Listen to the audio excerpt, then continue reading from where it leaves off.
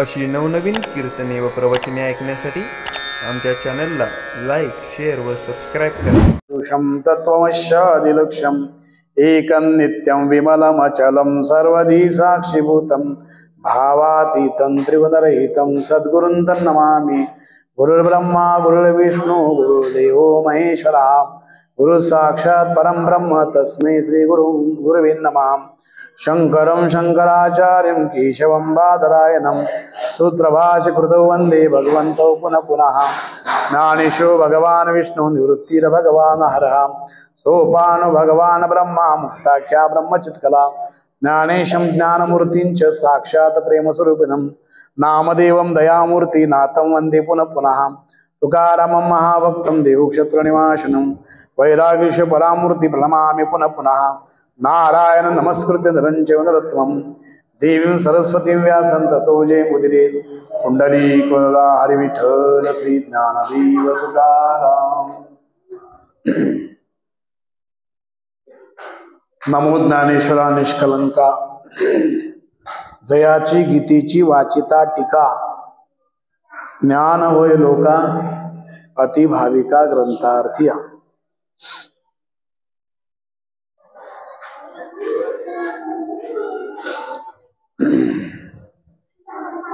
आज आपल्या गावामध्ये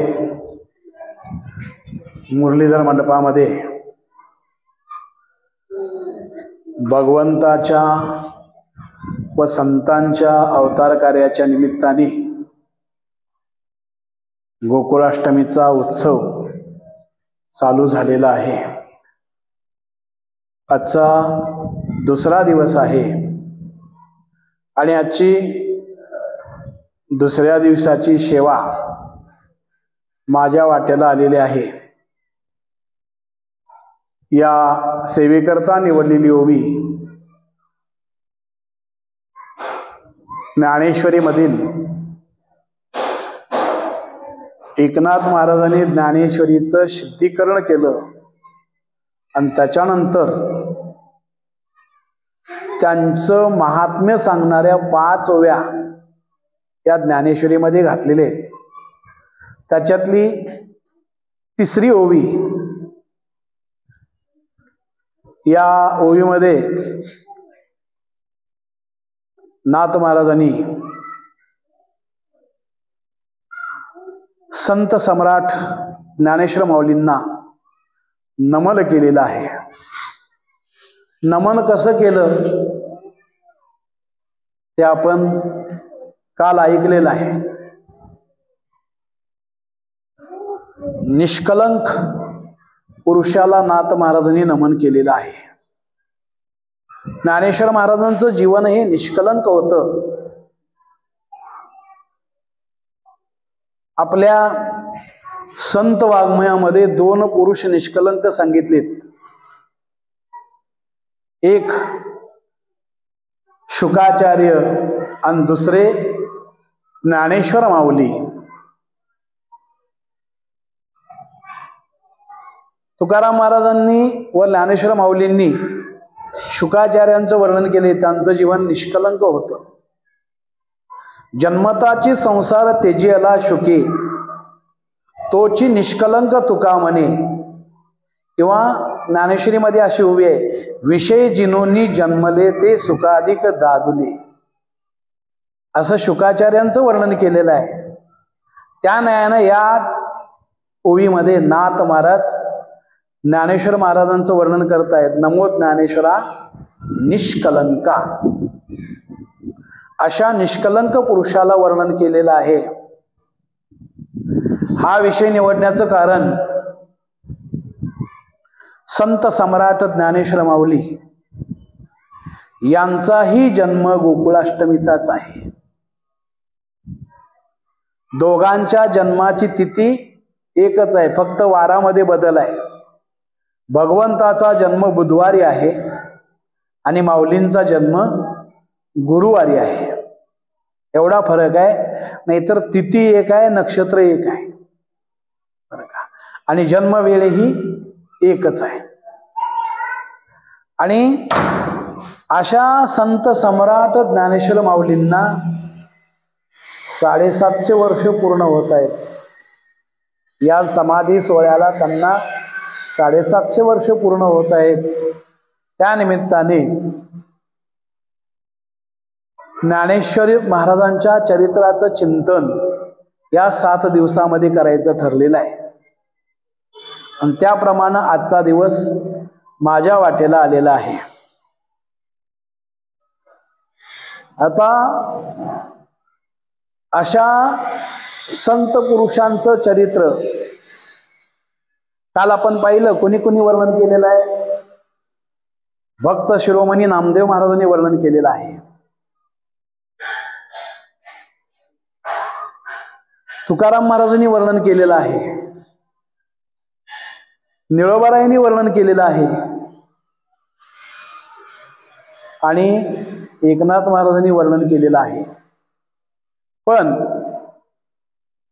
ज्ञानेश्वर महाराजांच्या समकालीन संत असणारे भक्त शिरोमणी नामदेव महाराज यांनी माऊलींचं चरित्र वर्णन केलेलं आहे. आता विशेष सांगायची गोष्ट म्हणजे सांगणारेही वैष्णव आहेत आणि ज्यांचं चरित्र सांगतात तेही वैष्णव आहेत.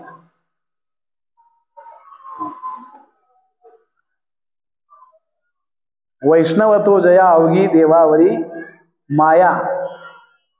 बरं का? ज्याची देवावर माया आहे त्याला वैष्णव म्हणतात.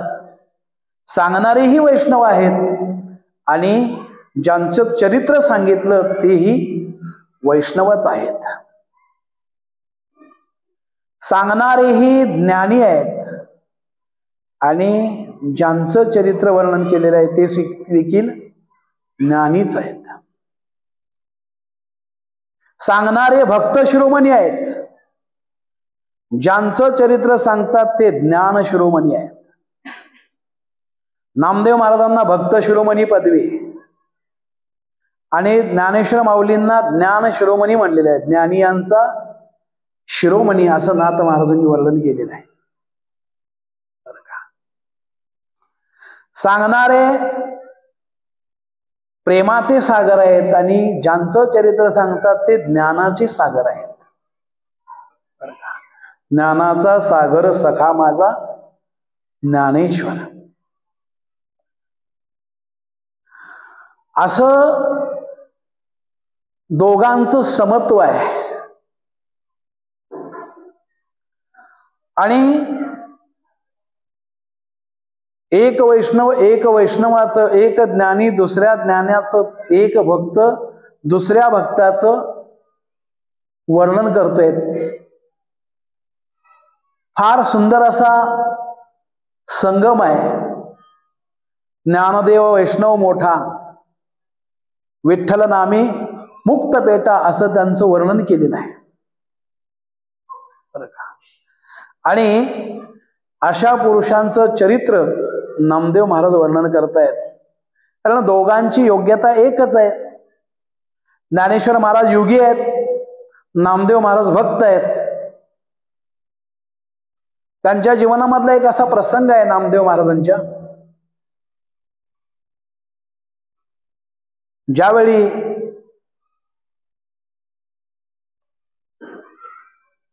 तीर्थयात्रेकरता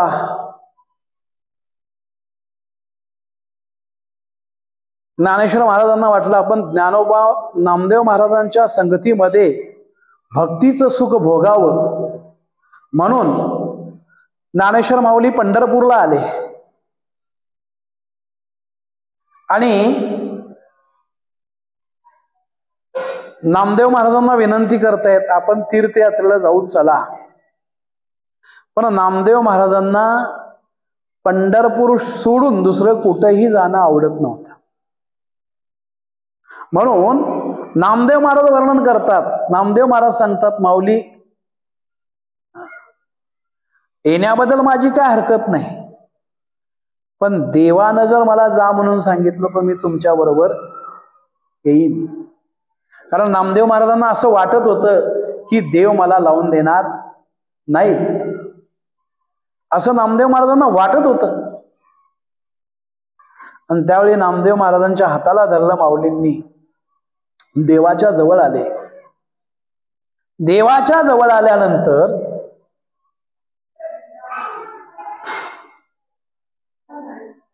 देवाने विचारलं, काय? काही नाही म्हणले, मला नामदेवाच्या भक्तीचं सुख भोगायचंय. तेव्हा मी नामदेवाला माझ्या बरोबर तीर्थयात्रेला न्यावं म्हणतो.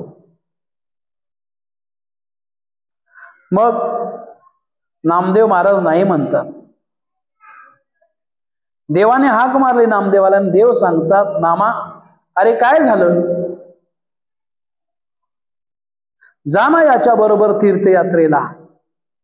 आणि त्यावेळी ज्ञानेश्वर महाराजांचं भगवंत वर्णन करतात. काय? नामदेव महाराजांनी आपल्या गात्यामध्ये लिहून ठेवले. नामदेव महाराज माऊलींचं वर्णन देवानी केलेलं आहे. काय? देव म्हणे नाम्या पाहे, ज्ञानदेव मीच आहे. नामदेवा, मी आणि ज्ञानदेव वेगळा नाही. ज्ञानदेव मीच आहे, तो आणि मी नाही तुझा. ज्ञानदेव आत्मा माझा. बरं का? तेव्हा तू काही भेद मानू नको, द्वैत मानू नको. मनातून ती खंती काढून टाक आणि ज्ञानाबरोबर तीर्थयात्रेला जा.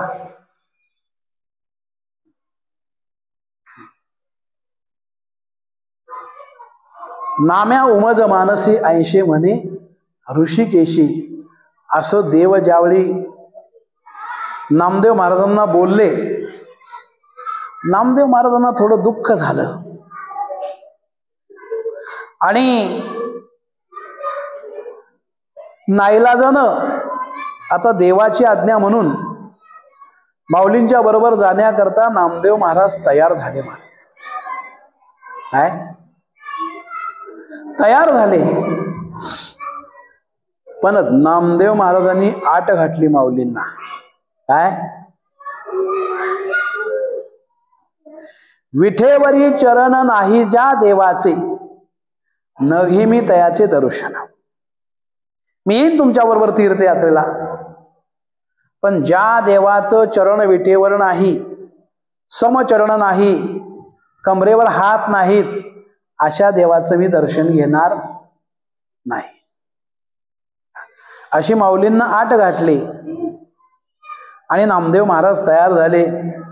त्यावेळी जसं ज्ञानेश्वर महाराजांचं वर्णन देवानी नामदेवांच्या समोर केलं, तसं ज्ञानेश्वर महाराजांच्या स्वाधीन करीत असताना नामदेव महाराजांचं देव वर्णन करतात. आणि देव माऊलींना काय सांगतात? ज्ञाना, मी माझा प्राण तुझ्या स्वाधीन करतोय. काय सांगितलं? मी माझा प्राण तुझ्या स्वाधीन करतोय. कारण नामदेव हा माझा लाडका भक्त आहे. लाडिका लढीवाळ नामा माझे वेडे, मार्गी मागे पुढे सांभाळावे.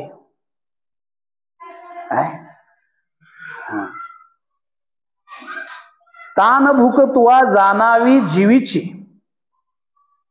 मज चिंता याची थोर वाटे. आरुष साबडे नामा माझे तान्हे, तयाला मजविन कोण आहे. असं देवांनी नामदेव महाराजांचं वर्णन केलेलं आहे. महाराज आणि असं वर्णन करून ज्ञानेश्वर माऊलींच्या स्वाधीन नामदेव महाराजांना केलं. तीर्थयात्रा सुरू झाली आणि तीर्थयात्रा करीत करीत करीत पंजाब प्रांतामध्ये एक मोठा आड होता. पण तो आड फार खोल होता, त्याच्यात पाणी नव्हतं महाराज. आणि नेमकं तिथं गेल्यानंतर दोघांनाही तहान लागली. आता तहान लागली, ज्ञानेश्वर माऊली योगी आणि नामदेव महाराज भक्त. काय मला योगी आणि भक्त याच्यातला फरक सांगायचा आहे. आणि तहान लागल्यानंतर नामदेव महाराज म्हणतात माऊलींना, आता तहान लागली पण या आडामध्ये उतरता येत नाही. माऊलींनी थोडी नामदेव महाराजांची चेष्टा केली आणि चेष्टा करीत असताना काय सांगितलं, आता म्हणले स्वतः म्हणले पाणी प्यायचं. काय मी जाऊन पाणी पितो, आता तुम्ही कसं पाणी पिता मला बघायचंय. आणि ज्ञानेश्वर महाराजांनी काय केलं, चिमणीचं रूप घेतलं महाराज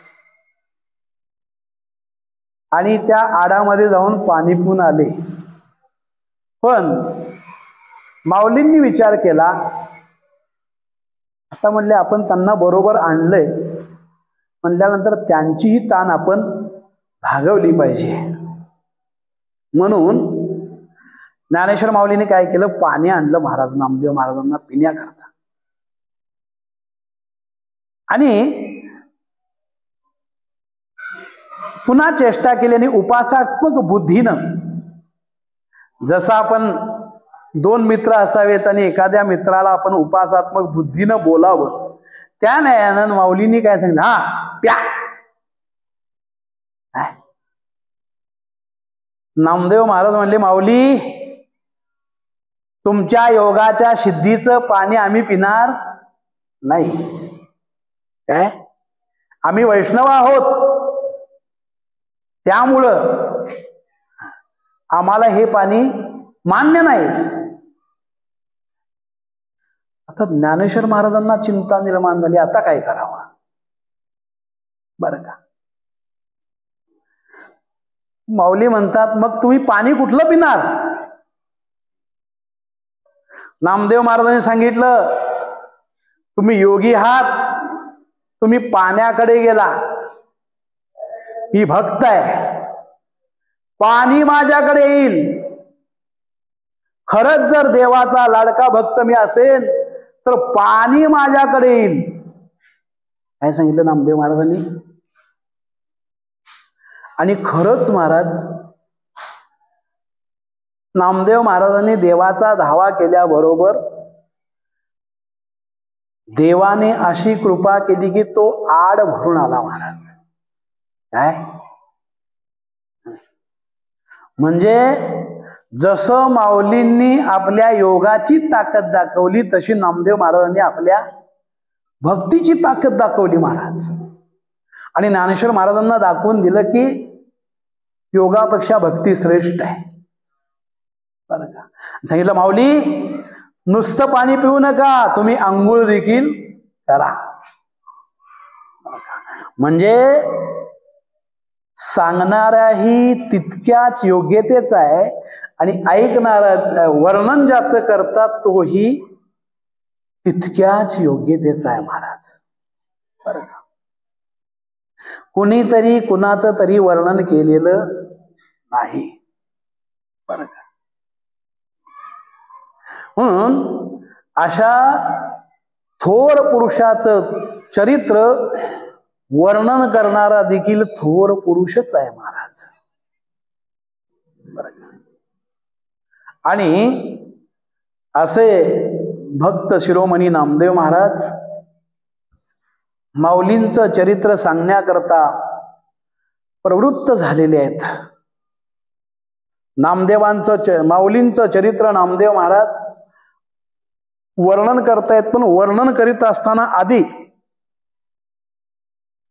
त्यांच्या आई वडिलांचं चरित्र सांगितलं आणि मग माऊलींचं चरित्र सांगितलं.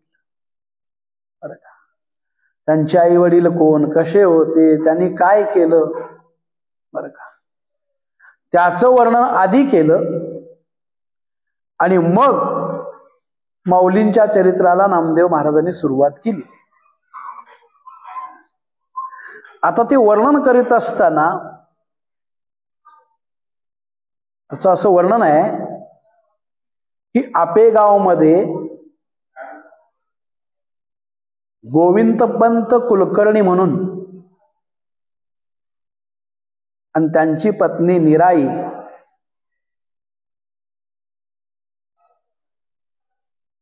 हे विद्वान होते आणि अशा गोविंदराव कुलकर्ण्यांच्या पोटी मुलगा जन्माला आला. त्याचं विठ्ठल नाव ठेवलं महाराज. आणि विठ्ठल पंतांना सुद्धा लहानपणापासून परमार्थाची आवड आणि त्यांचं जीवन हे विरक्त होतं महाराज. आणि असं विरक्त जीवन होतं. आणि असं विरक्त जीवन असताना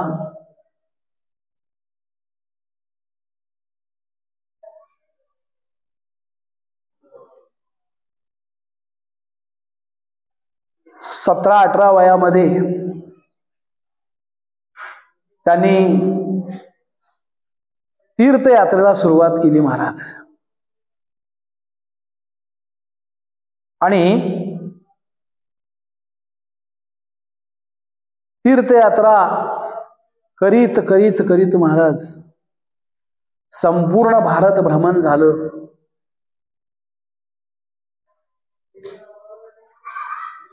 उत्तर भारत, दक्षिण भारत सर्व काही झालं. आणि अशी तीर्थयात्रा करता करता पूर्वी तीर्थयात्रेला 12 वर्ष लागायची महाराज. किती? कारण पायी तीर्थयात्रा असायची त्यामुळं 12 वर्ष लागायचे. आणि अशी तीर्थयात्रा करता करता करता महाराज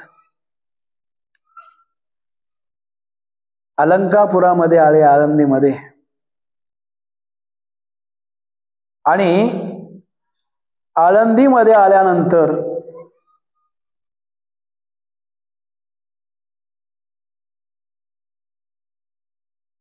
तिथं त्यांना समाधान वाटलं. काही दिवस तिथं राहिले महाराज. आणि इकडं आळंदीमध्ये सिद्धोपंत कुलकर्णी म्हणून होते. आणि ते रोज इंद्रायणीचं स्नान करावं आणि सिद्धेश्वराच्या दर्शनाला जावं असा त्यांचा नेम होता.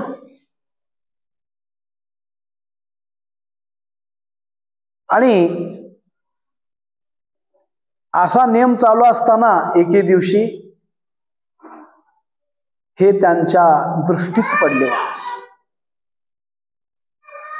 विठ्ठलपंत हे त्यांच्या दृष्टीस पडले. पाहिलं महाराज, तरुण वय, सौंदर्य त्यांचं पाहिलं आणि प्रसन्न वाटलं. जवळ आले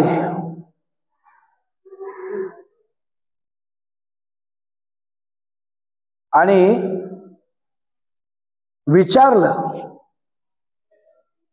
कुठून आलात?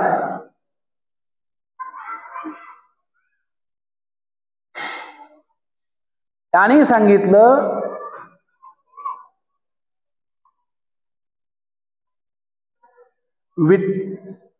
त्यांनी सांगायला सुरुवात केली, विठ्ठल हे राम, रामेश्वरी भाव, वृत्ती आपेगाव गोदातीर,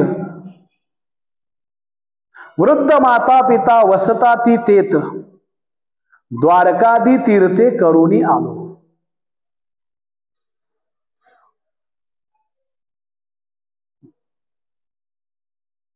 असं सांगितल्यानंतर ठीक आहे म्हणले, निघून गेले. नंतर रोज त्यांचं दर्शन व्हायला लागलं. आणि एके दिवशी त्यांना असं वाटलं की यांना भोजनाला आमच्या घरी न्यावं.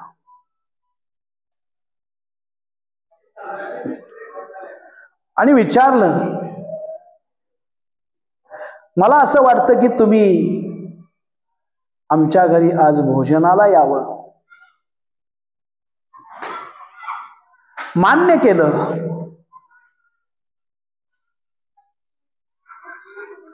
मान्य केल्यानंतर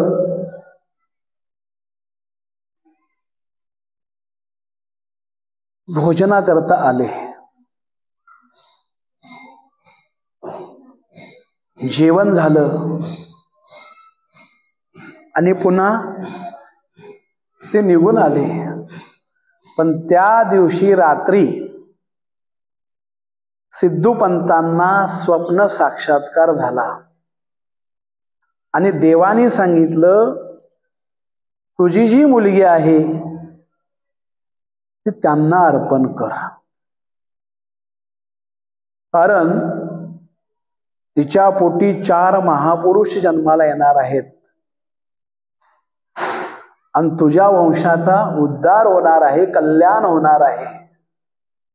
त्यामुळं तुझी मुलगी त्यांना अर्पण कर.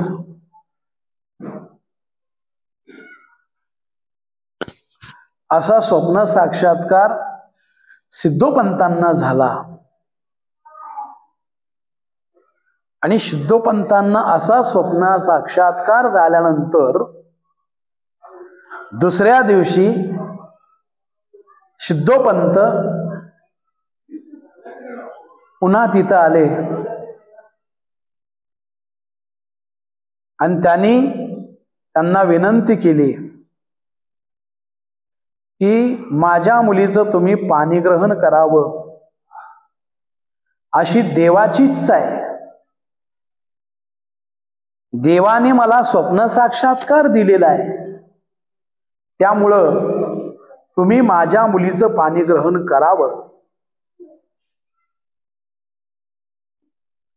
विठ्ठलपंतांनी सांगितलं, हे मला मान्य नाही. का? जसं तुम्हाला साक्षात्कार दिला तसा मलाही साक्षात्कार झाला पाहिजे, तर मी मान्य करीन, नाहीतर मी मान्य करणार नाही. काय सांगितलं? मान्य करणार नाही. सिद्धोपंतांनी सांगितलं, मी बोललेलं जर खरं असेल आणि माझी जर सिद्धेश्वरावर निष्ठा असेल तर तुम्हालाही स्वप्न साक्षात्कार होईल. आज पुन्हा तुम्ही माझ्या घरी जेवणाकरता चला आणि दारामध्ये तुळशी वृंदावनामध्ये तुम्ही विसावा घ्या.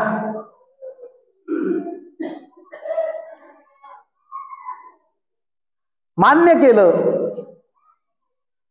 आणि त्या दिवशी रात्रीचं भोजन झालेलं आहे आणि विठ्ठलपंत दारात झोपलेले आहेत. आणि जसं देवांनी सिद्धोपंतांना साक्षात्कार दिला तसाच साक्षात्कार विठ्ठलपंतांनाही दिला.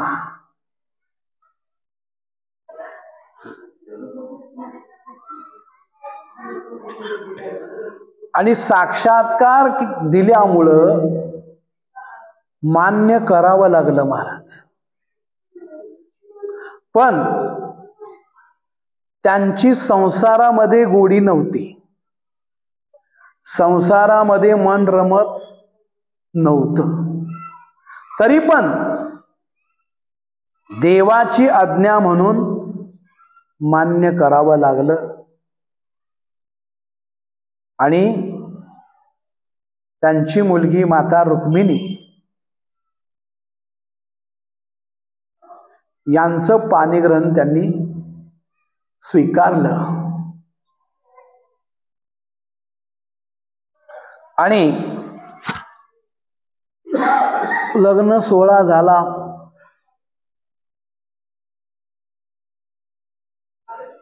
पण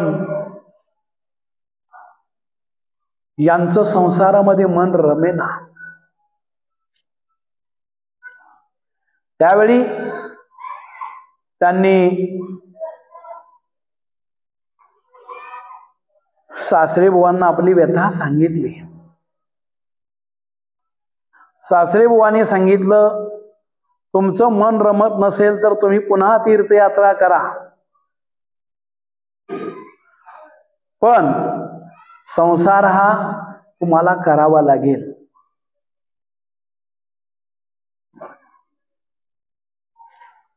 पुन्हा त्यांनी तीर्थयात्रा केली, पुन्हा संसारामध्ये आले, पण मन रमेना. त्यांना वाटायला लागलं मी संन्यास घ्यावा.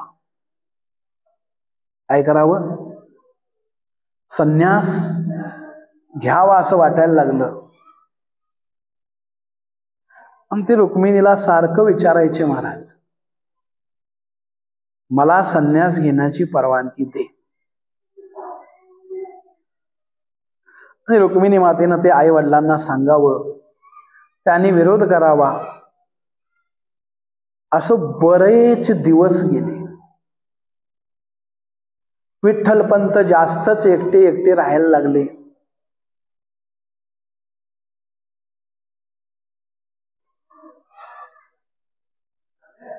आज्ञा मागायला लागले.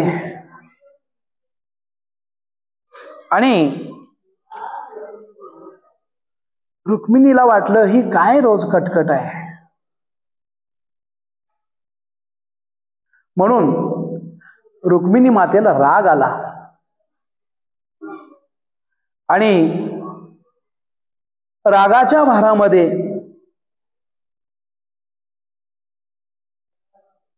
तोंडातून शब्द गेला, महाराज काय घेताय तर घ्या संन्यास, जा. हा तोंडातून शब्द गेला, महाराज. आणि त्या पडत्या फळाची आज्ञा मानून विठ्ठलपंत संन्यास घेण्याकरता निघून गेले, महाराज. टाइम किती झाला जरा बघा.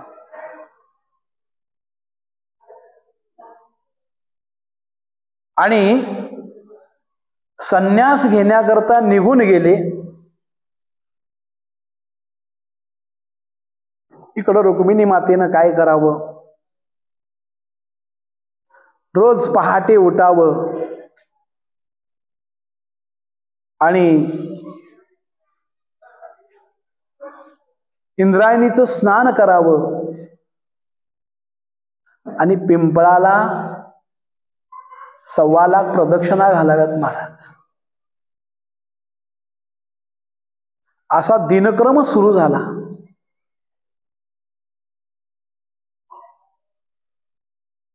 इकडं विठ्ठलपंत काशीला आले आणि त्यांनी रामानंद स्वामींच्याकडून संन्यास दीक्षा घेतली, महाराज.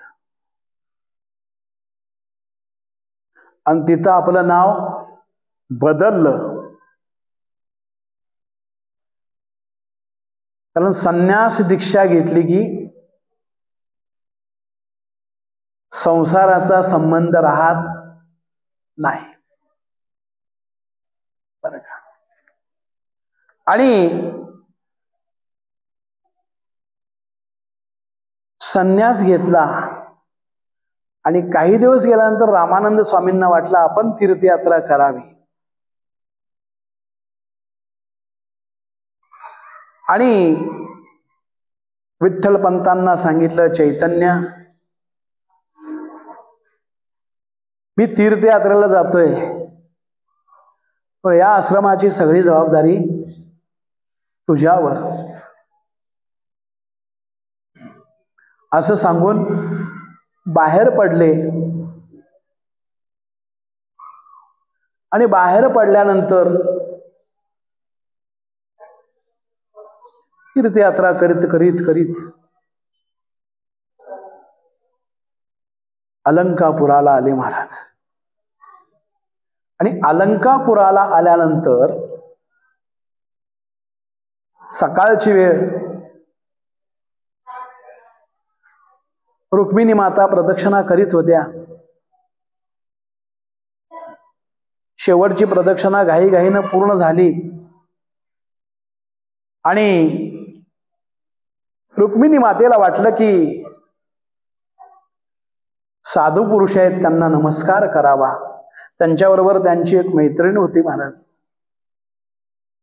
आणि त्यांनी त्यांना नमस्कार केला. आणि नमस्कार केल्याबरोबर त्यांच्या मुखातून आशीर्वाद बाहेर पडला.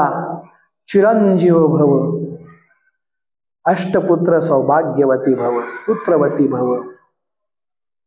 ज्यावेळी हा आशीर्वाद बाहेर पडला त्यावेळी पहिल्यांदा रुक्मिणी मातेला हसू आलं, पण नंतर रुक्मिणी माता रडायला लागल्या. त्यावेळी रामानंद स्वामी म्हणतात, मुली काय झालं बाळ, तुझ्या कपाळाला कुंकू आहे.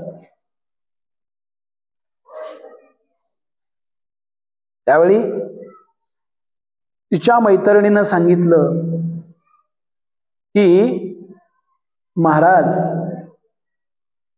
तिचे पती वर्ष झालं निघून गेलेत. कोणी म्हणतं त्यांनी संन्यास घेतला. त्यांनी विचारलं, बाळ तुझ्या पतीचं नाव सांगशील का? सांगितलं, विठ्ठलपंत. सगळं सांगितलं, स्वभाव कसा आहे आणि तुझ्या पतीची खून सांग, जन्मखून सांग.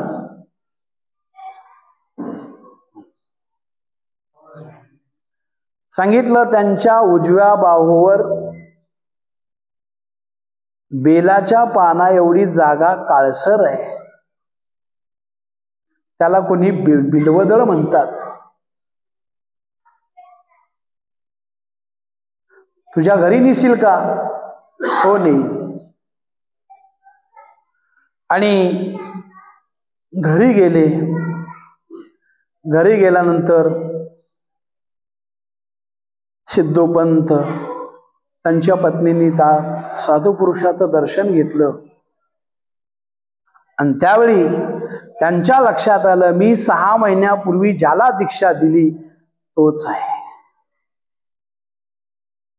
बरं का? आणि सांगितलं, बाळ तुझा पती परत येईल. तुझ्या पतीनं चूक केली आहे. कारण लग्न केल्यानंतर असा नियम आहे की मातृपितृ ऋण फिटल्याशिवाय त्याला मोक्षाचा मार्ग मोकळा नाही. त्यामुळं तुझा पती परत येईल, तू घाबरू नको.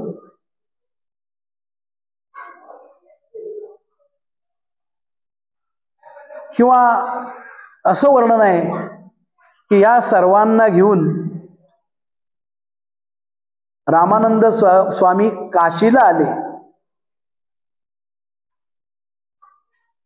आणि त्यांना बाजूला उभं केलं आणि आश्रमामध्ये हाक मारल्या, चैतन्या, विठ्ठलपंत आपली कपडे उन्हात घालत होते. त्यांनी विचार केला, माझे गुरुजी एवढ्यात परत आले कसे? 12 वर्ष लागतील असं तीर्थयात्रेला म्हणत होते, 6 महिन्यात कसं काय परत आले?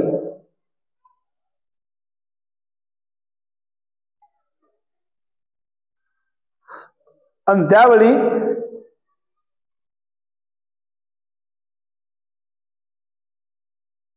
हाक मारली. विठ्ठलपंतांनी घाईघाईनं ती कपडे उन्हात घातली आणि विठ्ठलपंत आले. त्यावेळी सांगितलं, चैतन्या जवळ ये.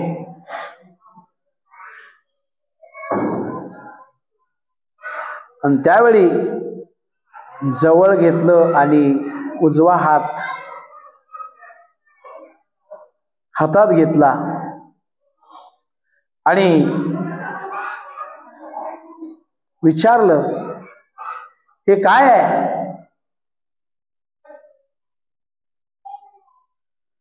बिल्वदल अशी माझी आई मला म्हणत होती. विचारलं, कुठं असते तुझी आई?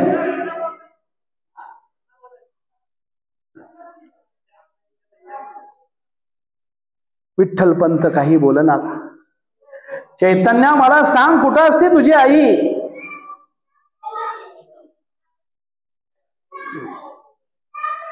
त्यावेळी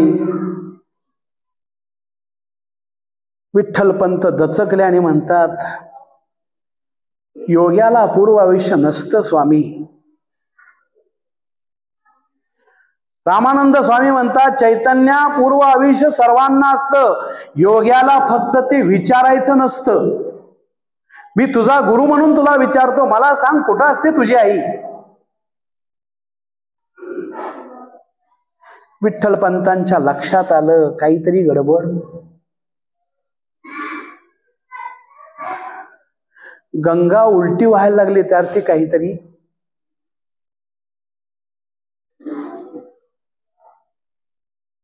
आणि त्यावेळी गुरु म्हणतात, विठ्ठलपंत कुलकर्णी, तुमचं पूर्वाश्रमीचे नाव विठ्ठलपंत कुलकर्णी.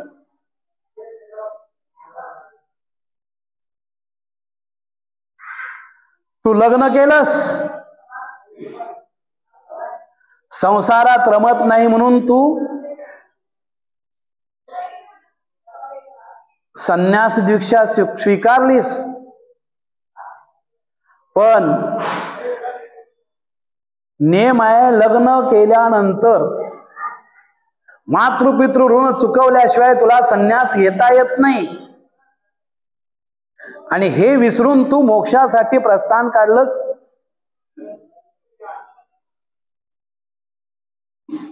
तुझी पत्नी, सासू सासरे डोळ्यात प्राण आणून तुझी वाट पाहतात आणि तू मोक्षासाठी प्रस्थान काढलंस. शोभतं का तुला हे? जा संसारात. मी तुला सांगतो की माझी आज्ञा आहे, तू संसार कर. गुरुदेव, मला विवेक समजतो, जा. आणि असं सांगितल्यानंतर विठ्ठलपंत त्यांच्या बरोबर घरी आलेले आहेत, आळंदीला आलेले आहेत. त्याच्यानंतरचा जो भाग आहे तो उद्याच्या चरित्रामध्ये आपल्याला ऐकायला मिळेल. किंवा झालेली सेवा